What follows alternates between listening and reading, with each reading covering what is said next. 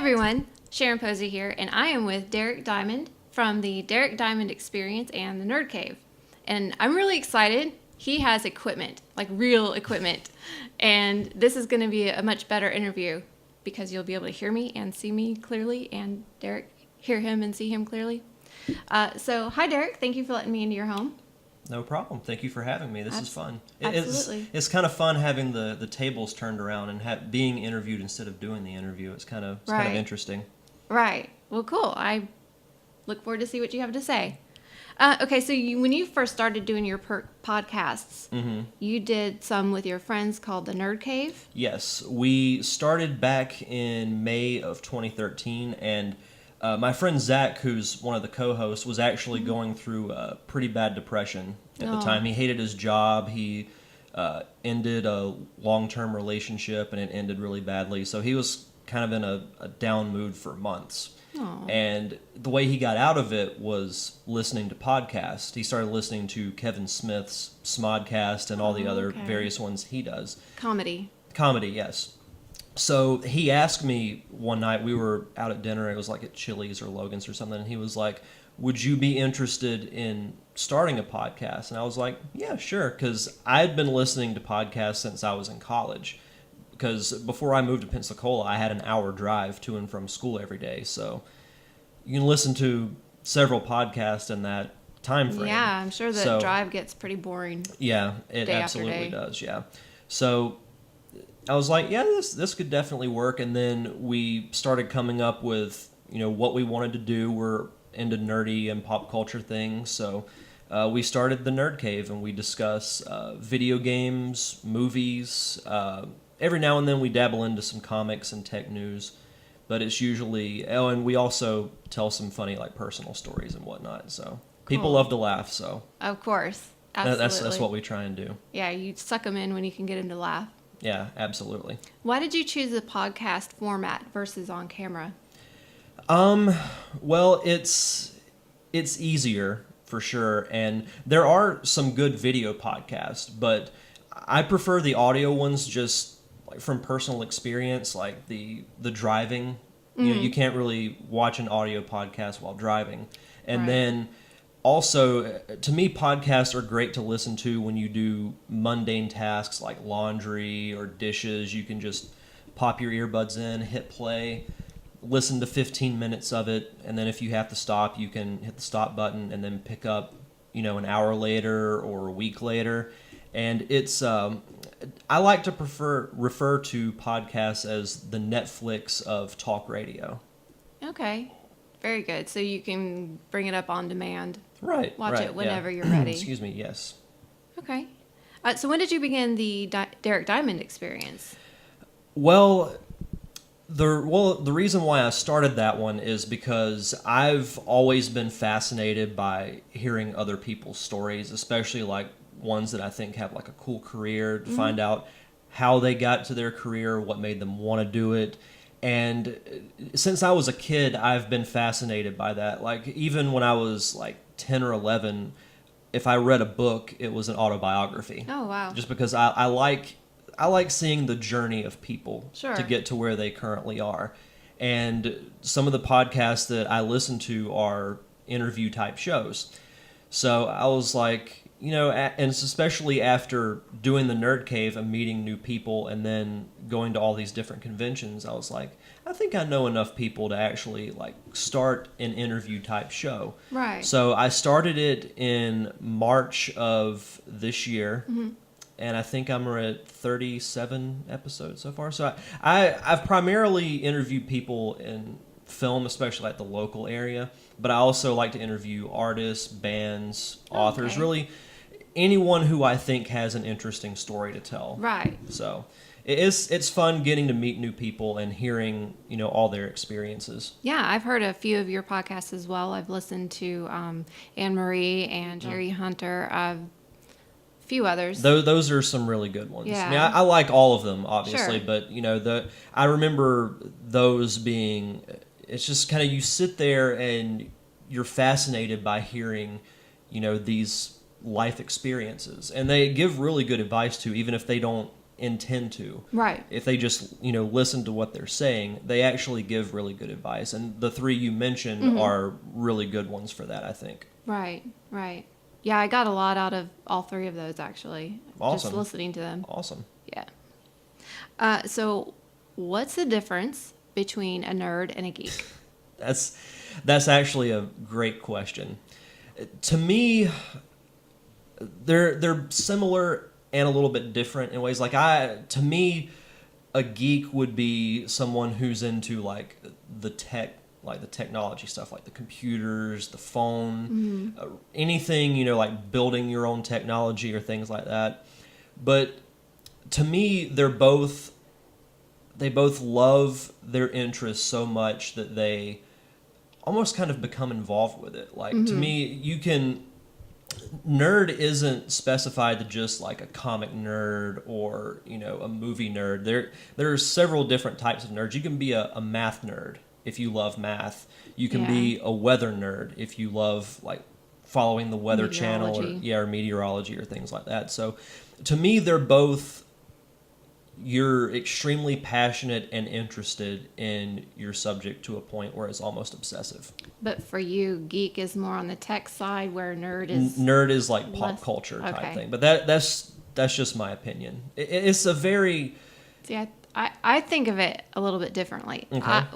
Just as for me, I think of a geek as the person who loves the games and the TV shows and the cartoons, and then a nerd is the math and the science and that kind of thing. Right. So I think of it a little bit differently. Yeah, it's a very subjective question. Yeah. Okay. But no, that's a great question. Okay. What's your favorite nerdy show or geeky show? That's a tough one because there's not a ton of TV that I watch anymore. If you want to go like to the classics, I grew up, a huge Power Rangers fan. I had all the toys. I've been fortunate enough to meet a few of the Power Rangers, which has been great. Power Rangers, Ninja Turtles. I don't know too many people that watch this, but I loved the old Sonic the Hedgehog cartoon from the early 90s. We have it on Netflix and we watch it occasionally. Oh, nice. Yeah. Every once in a while. Yeah, I love it. As far as the newer stuff goes, I think Gotham is really, really good. It's kind of got that CSI twist to it, or Law and Order twist to it, but I like it more because of the universe it's set in. Right. What's funny is through the Nerd Cave, that's how I started watching Doctor Who. Oh, I never would have watched Doctor Who before until I started the Nerd Cave, because one of our co-hosts was extremely into it and started talking about it. Yeah, and I was like, oh, this actually sounds pretty cool. And then I watched it and fell in love with it. Now, did you watch the classic Who? Or I haven't did you watched, start with I started with Eccleston. Yeah. Okay. So I haven't watched any of the classic Doctor Who, but I'll get to it at some point. They're funny in that they're great in that funny B movie type. I don't know. You see monster wrapped in bubble wrap, spray painted with green, and you're like, oh, that's bubble wrap, but it's some kind of caterpillar monster. Yeah. It's really funny. Yeah. It's great. I'll have to check that out. And then both The Flash and Arrow are great on CW. Again, Arrow was something that I didn't watch until two of my co-hosts started watching it, and every week they would talk about it. And I'm like, well, I guess I'm going to have to watch it if I want to be included in the conversation. Right. But it's really good, and Flash, when it first started, like I immediately fell in love with it. I love the lightheartedness of it compared to Arrow. Yeah. I think Grant Gustin, who plays the Flash, is doing a great job. I love the supporting cast. And one underrated show that I don't hear anybody talk about is Constantine. And it's based off a DC Comics character. It deals a lot with the supernatural and the occult and voodoo type things. But it's really well done. The effects are great. I think his name is Matt Ryan, who plays Constantine, does a really good job. So that's another one that I really like. But really, any show that's comic book centric, I will at least give it a shot. Right. We started watching Constantine, but we've only gotten one episode into it, so we haven't really gotten that involved yet. The first episode was a little crammed because they kind of had to introduce everything. Right. But now that they've set up the universe and all the characters, from episode 2 on is much better. Oh, okay. Okay. So I would recommend keeping up with it. Awesome. We will do that then. So what about movies? What about your favorite types of movies? Movies. Well, obviously Star Wars. Okay. And I'm not ashamed to say it. I geeked out over the new trailer. I don't know many people who didn't. I absolutely did. I posted on Facebook, I said, the reaction of nerds everywhere after watching the Star Wars trailer, and it had an old picture of Hulk Hogan just ripping his shirt open. So, huge Star Wars fan growing up. Like all the Marvel movies, even like some of the ones that aren't considered like as critically acclaimed, I like. Like I actually didn't hate the Daredevil movie. I didn't either. With Ben Affleck. Right. I mean, it wasn't great, but I didn't. It was still a good movie. I didn't hate it, and they're bringing that to Netflix as a series, and I'm really excited about it. Yeah, Marvel's bringing a few series to Netflix in 2015, Nice. so that I'm really excited about. I like especially the newer ones, the Batman movies, and Right. I love the original Tim Burton one with Jack Nicholson as the Joker. Batman Returns not so much, and then the other two, are what they are. But I love the Nolan films, Okay. and I also like indie movies as well, like just those feel good type movies where it's got a good story to it, good morality lesson. Like, have you ever heard of the movie called Chef with Jon Favreau and Robert Downey Jr.?